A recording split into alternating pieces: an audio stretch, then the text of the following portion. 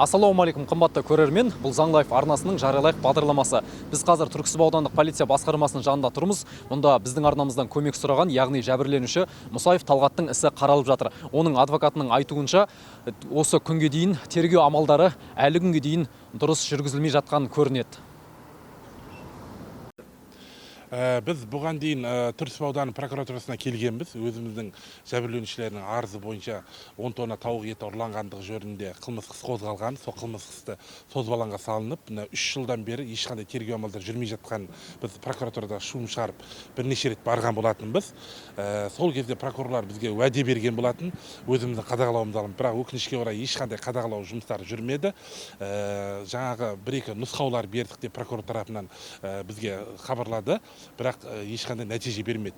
Енді мен прокурорлар бүгін осы Түрксіб ауданының полиция басқармасының бастығына тікелей жолығуды, соған келуімізді өтінді. Қазір мен соған келіп тұрмын.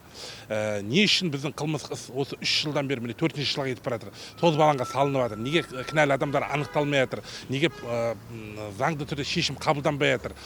Деген сұрақтарға біз қазір жауабын алу үшін осы тергеу полиция басқармасының бастығының алдына қоятын боламыз. Қазір шыққаннан кейін міндетті түрде сіздерге хабарлаймын, қандай кездесулер болды, ода қандай нәтижелер талқыланды, қандай уәде берді деген сияқты мәселенің бәрін шыққаннан кейін сіздермен бөлісетін боламыз.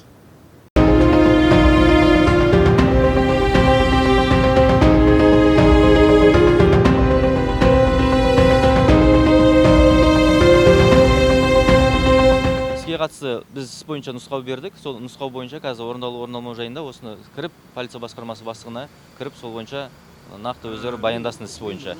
Сосын тауарды түсірген үйі бар, одан кейін келесі түсірген үйі бар. Қандай тергеу әрекеттерін жүргізген, қазір өзіміз осыны анықтайық оны. Осыны анықтаймыз, иә.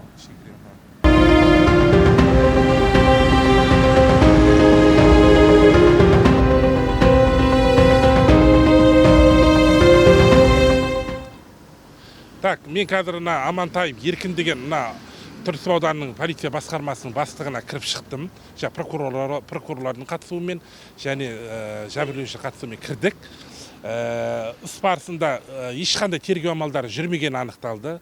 Ешқандай біздің ісіміз қаралмаған, ешқандай адамды іздемеген, тек қана тергеуші істі жауып қоя салғанын анықталды.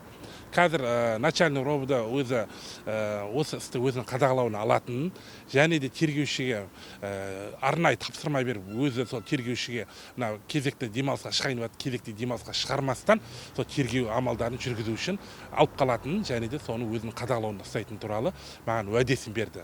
Жақын арада бұл іс бойынша бірнеше куәларды, бірнеше беттестіру әрекеттерін жүргізуге өзінің атсалысасын, өзінің қадағалауына алатынын берді. Енді бұл жаңағы полиция басқарма бастығы сөзіне тұра ма, тұрмай ма, әлде баяғы жартас болып қала ма, оның барлығы енді уақыт көрсетеді. Алдағы уақытта міндетті түрде сіздермен тағы бөлісетін боламыз.